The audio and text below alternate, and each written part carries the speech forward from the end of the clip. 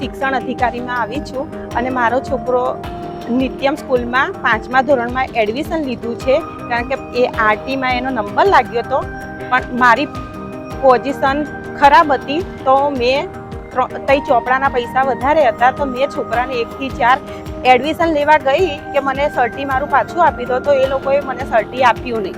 તો મેં કંટાળીને, અમારી પરિસ્થિતિ ખરાબ હતી એના લીધે મેં ગુજરાતી શાળામાં દલુની વાડીમાં 1 થી 4 ધોરણ મારા છોકરાને તઈ ભણાયો. હવે શું કે છે કે જે તમારા આરટીના પૈસા 3000 પડે છે ચોપડા માટે, તો એ પૈસા સ્કૂલમાં તમે જમા કરાવી દો.